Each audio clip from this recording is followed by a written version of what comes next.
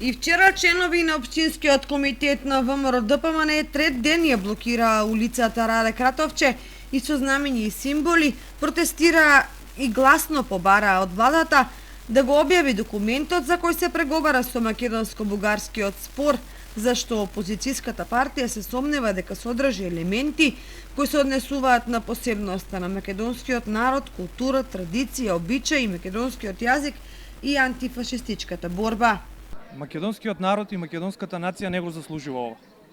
Двоецот Бучковски и Заев тајно преку дипломатски кругови продолжуваат со продолжба на македонските национални интереси. Јас како председател на Општинскиот комитет на ВМРО ДПМН ги повикувам сите политички партии кои припаѓаат и на левиот, и на десниот, и на централниот политички блок да ја поддржат оваа наша иницијатива, бидејќи минатото и искуството не научи само една работа.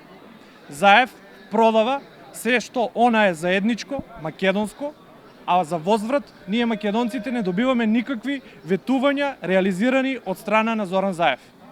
Затоа сакаме да порачаме на власта да го објават јавно документот Патоказ, кој дефинитивно ги негира сите македонски историски вредности, македонска култура и македонска нација.